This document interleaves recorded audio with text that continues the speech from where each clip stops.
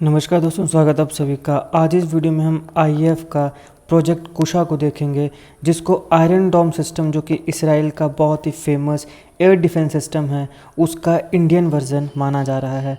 तो क्या है ये प्रोजेक्ट कुशा, सारी चीज़ों को विस्तार से हम इस वीडियो में कवर करने वाले हैं। वीडियो को अंत तक देखिएगा, चैनल पर नया हो तो सब्सक्राइब अवश्य करिएगा। Politics, economy, GK, geography, science, environment, ecology की तमाम वीडियोस के लिए हमारी प्लेलिस्ट को जरूर चेक करिएगा। आप किसी भी एग्जाम की तैयारी कर रहे हो, हमारी प्लेलिस्ट को करंट अफेयर की बाकी वीडियोस को देख के आपको काफ़ी हेल्प मिलने वाली है, इसलिए समय निकाल के हमारे चैनल को जरूर चेक करिएगा। चलिए शुरुआत करते हैं। देखिए, प्रोजेक्ट कुशा ये इंडियन एयरफोर्स, हमारे भारत की जो आईएएफ है इंडियन एयरफोर्स, उसे long range air defence system provide करेगा। देखिए, मैंने आपको बताया कि इसको भारत का आयरन डोम सिस्टम बोला जा रहा है। आयरन डोम सिस्टम भी इसराइल का एक बहुत ही ज़बरदस्त, बड़ा पावरफुल एयर डिफेंस सिस्टम है। आयरन डोम सिस्टम कैसे काम करता है, इसको मैंने अच्छे से अलग वीडियो में कवर किया है। एनिमेशन के माध्यम से मैंने आपको सारी चीज़ें बताई हैं, ज़रूर देखिएगा, लिंक मैं डिस्क्रिप्शन में दे दूंगा। तो वैसे ही ये प्रोजेक्ट कुशा जो है, ये आईएएफ को, इंडियन एयरफोर्स को long range air defence system provide करेगा। इसकी जो डिप्लॉयमेंट है वो 2028-29 के बीच होगी। अभी इसकी शुरुआत हुई है, थोड़ा समय लगेगा, लेकिन इसकी डिप्लॉयमेंट कब हो जाएगी, 2028-29 तक हो जाएगी। ये काफ़ी एम्बिशियस इंडिजिनस प्रोजेक्ट है। इंडिजिनस मतलब भारत में बना हुआ प्रोजेक्ट है। तो अब अगर ये भारत में बना है, इंडिजिनस है, तो इसको डेवलप किसने किया है? डीआरडीओ ने, defence research and development organisation, DRDO ने इस प्रोजेक्ट को डेवलप किया है। इंडिजिनस प्रोजेक्ट है, ये काफ़ी एम्बिशियस है, दैट इज प्रोजेक्ट कुशा। इसकी एस्टिमेटेड कॉस्ट कितनी है? एस्टिमेटेड कॉस्ट है इसकी 21,700 करोड़ रुपया। तो इतने ज़्यादा पैसों से बनेगा डीआरडीओ द्वारा ये प्रोजेक्ट कुशा।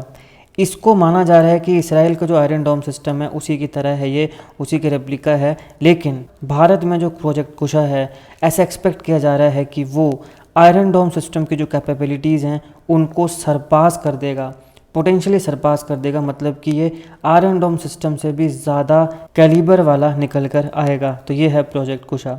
इसका एम है कि अलग अलग जो होस्टाइल टारगेट्स होते हैं, होस्टाइल मतलब हमारे जो दुश्मन हैं, शत्रु हैं, जैसे किसी दुश्मन की क्रूज मिसाइल हो, उसका स्टील्थ फाइटर जेट हो या फिर ड्रोन हो, उनको एक्सटेंडेड रेंजेस में डिटेक्ट किया जाए। अगर मान लो कि हमारी एक रेंज है, उसमें किसी दुश्मन देश का क्रूज मिसाइल आ गया, स्टील्थ फाइटर जेट आ गया या ड्रोन आ गया, उसे क्या किया जाए? डिटेक्ट किया जाए कि भैया ये हमारे बॉर्डर में आ गए हैं, हमारे एरिया के अंदर आ गए हैं, फिर उसको डिस्ट्रॉय किया जाए। डिस्ट्रॉय कैसे किया जाएगा? इंटरसेप्टर मिसाइल के माध्यम से। यहाँ पे long range surface to air defence system LRSAM, ये भी इंपॉर्टेंट है। ये इनकॉर्पोरेट करेगा लॉन्ग रेंज सर्विलेंस और फायर कंट्रोल रेडार्स को। इन्हीं रेडार्स की मदद से हम डिटेक्ट करेंगे। ये एम्पावर्ड करेगा आईएएफ को कि इफ़ेक्टिवली हमारी जो भारत की एयर स्पेस है उसे मॉनिटर किया जाए, और अगर मान लो कोई एनिमी थ्रेट, कोई दुश्मन का थ्रेट आता है तो उसे फेंड किया जाए, उसको या डिस्ट्रॉय किया जाए या फिर वो खुद ही डर के मारे भाग जाए। अब यहाँ बात है कि पहले तो डिटेक्ट किया जाएगा और उसके बाद डिस्ट्रॉय किया जाएगा। तो डिस्ट्रॉय किसके द्वारा किया जाएगा? इंटरसेप्टर मिसाइल्स के द्वारा। यहाँ पर हम इंटरसेप्टर मिसाइल्स का यूज़ करेंगे जिनकी रेंज होगी 150 किलोमीटर, 200 किलोमीटर और 350 किलोमीटर। 150 किलोमीटर, 200 किलोमीटर और 350 किलोमीटर की रेंज तक की जो हमारी इंटरसेप्टर मिसाइल्स हैं, उनकी मदद से हम डिटेक्ट करने के बाद जो एनिमी मिसाइल्स होंगे उनको डिस्ट्रॉय करेंगे। ये एबिलिटी प्रोवाइड करेगा कि जो होस्टाइल टारगेट हैं, जो शत्रु हैं, उन्हें डिटेक्ट किया जाए और फिर उनको स्ट्राइक किया जाए, इवन डिफरेंट डिस्टेंसेस पे। काफ़ी दूर भी होंगे, आप देखो ना, 150 किलोमीटर, 200 किलोमीटर, 350 किलोमीटर, इतनी दूरी पर भी अगर हमारे एरिया में कोई भी एनिमी मिसाइल आती है तो इतनी दूर से उसको डिटेक्ट करके इंटरसेप्टर मिसाइल के माध्यम से स्ट्राइक डाउन करके उसको डिस्ट्रॉय कर दिया जाएगा। ये काफ़ी इफेक्टिव होने वाली है स्ट्रेटेजिक और टैक्टिकल कवर प्रोवाइड करने के लिए। इस सिस्टम की एबिलिटी है कि अगर सिंगल शॉट मारा जाएगा, एक इंटरसेप्टर मिसाइल दागी जाएगी, तो 80% चांसेस हैं कि हमारे एरिया में जो दुश्मन आया हुआ है उसको डिस्ट्रॉय कर देगा। यानी दुश्मन की मिसाइल है, ड्रोन है, फाइटर जेट है, उसे डिस्ट्रॉय कर देगा। सिर्फ एक शॉट उसे डिस्ट्रॉय कर देगा। इसके कितने चांसेस हैं? 80%। लेकिन अगर 2 शॉट दाग दिए जाएंगे तो ओवर 90%, 90% से ज़्यादा चांसेस हैं कि वो इसे डिस्ट्रॉय कर देगा। तो इसलिए कहा जा रहा है कि पोटेंशियली जो आयरन डोम सिस्टम है ये उससे भी ज़्यादा कैपेबिलिटीज़ वाला होने वाला है।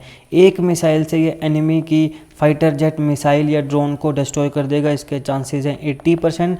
और 2 इकट्ठे मिसाइल्स दाग के ये उन्हें डिस्ट्रॉय कर देगा, एनिमी फाइटर जेट्स को, मिसाइल्स को या फिर ड्रोन्स को। इसके कितने चांसेस हैं? इसके 90% चांसेस हैं। अब प्रोजेक्ट कुशा की जो फायरिंग यूनिट है उसको सीमलेसली इंटीग्रेट किया है आईएएफ के एयर कमांड और कंट्रोल सिस्टम के साथ। तो आईएएफ का जो एयर कंट्रोल और कमांड सिस्टम है उसी के साथ फायरिंग यूनिट को भी यहाँ पे इंटीग्रेट कर दिया गया है। यानी कि ऐसा नहीं है कि हमें मिसाइल दागने के लिए वहाँ पे उपस्थित होना ज़रूरी है, यहाँ पे जो कमांड और कंट्रोल सिस्टम है वहीं से मिसाइल दागी जा सकती है। और यहाँ पर अलग अलग जो मिलिट्री रेडार्स हैं उनके बीच में भी कोऑर्डिनेशन को ये फैसिलिटेट करता है, कोऑर्डिनेशन को ये बढ़ाता है। अब बार बार बात आ रही है रडार की। देखिए रडार की फुल फॉर्म होती है रेडियो डिटेक्शन एंड रेंजिंग। सीधा सवाल पूछा सकता है, ध्यान में रखिएगा। रडार की फुल फॉर्म क्या है? Radio detection and ranging. इस टेक्नोलॉजी में जो रेडियो वेव्स होती हैं, रेडियो वेव्स की मदद से जो भी वेरियस अलग अलग ऑब्जेक्ट्स या टारगेट्स होते हैं उन्हें डिटेक्ट किया जाता है, उन्हें लोकेट किया जाता है, उन्हें ट्रैक किया जाता है, उन्हें आइडेंटिफाई किया जाता है। तो आईएएफ का जो कमांड और कंट्रोल यूनिट होगा वो इस प्रकार के जो ऑब्जेक्ट्स या टारगेट्स हैं, जैसे मैंने बताया, चाहे वो दुश्मन के मिसाइल्स हों या फिर वो फाइटर जेट्स हों या फिर वो आपके पास ड्रोन्स हों, उन्हें क्या करेगा? ये डिटेक्ट करेगा, फिर उन्हें लोकेट करेगा कि ये कहाँ पर हैं, फिर ट्रैक करेगा, क्योंकि ऑब्वियसली एक जगह थोड़ी खड़े होंगे, मूव कर रहे होंगे तो ट्रैक करेगा, फिर उनको आइडेंटिफाई करेगा कि ये असल में विदेशी हैं कि भारत के हैं, विदेशी हैं तो कौन से देश के हैं। तो इस प्रकार के जो एनिमी टारगेट या एनिमी ऑब्जेक्ट है इसको हमने डिटेक्ट कर लिया। उसके बाद फिर आईएएफ की कमांड और कंट्रोल यूनिट होगी।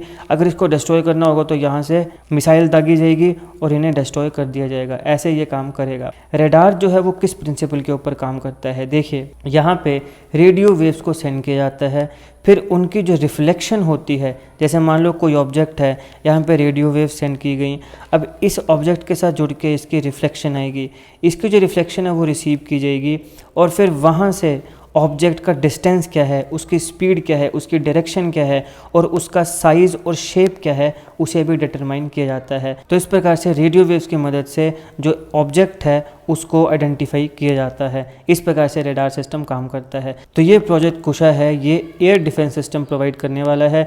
2028-29 में ये आएगा। क्या करेगा? एनिमी को डिटेक्ट करेगा और फिर उसको डिस्ट्रॉय करेगा। पैरेलल किसके साथ किया जा रहा है इसका? जो इसराइल का आयरन डोम सिस्टम है, आयरन डोम सिस्टम, और इसके साथ साथ एक सी डोम सिस्टम भी है।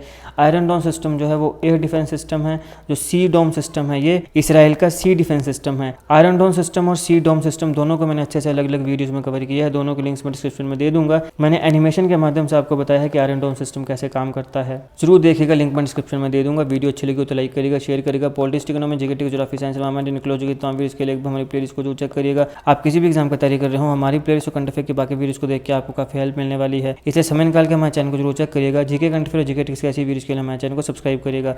बेल आइकन को जरूर दबा दीजिएगा ताकि किसी वीडियो की नोटिफिकेशन आपसे मिस ना हो। आपका बहुत बहुत धन्यवाद।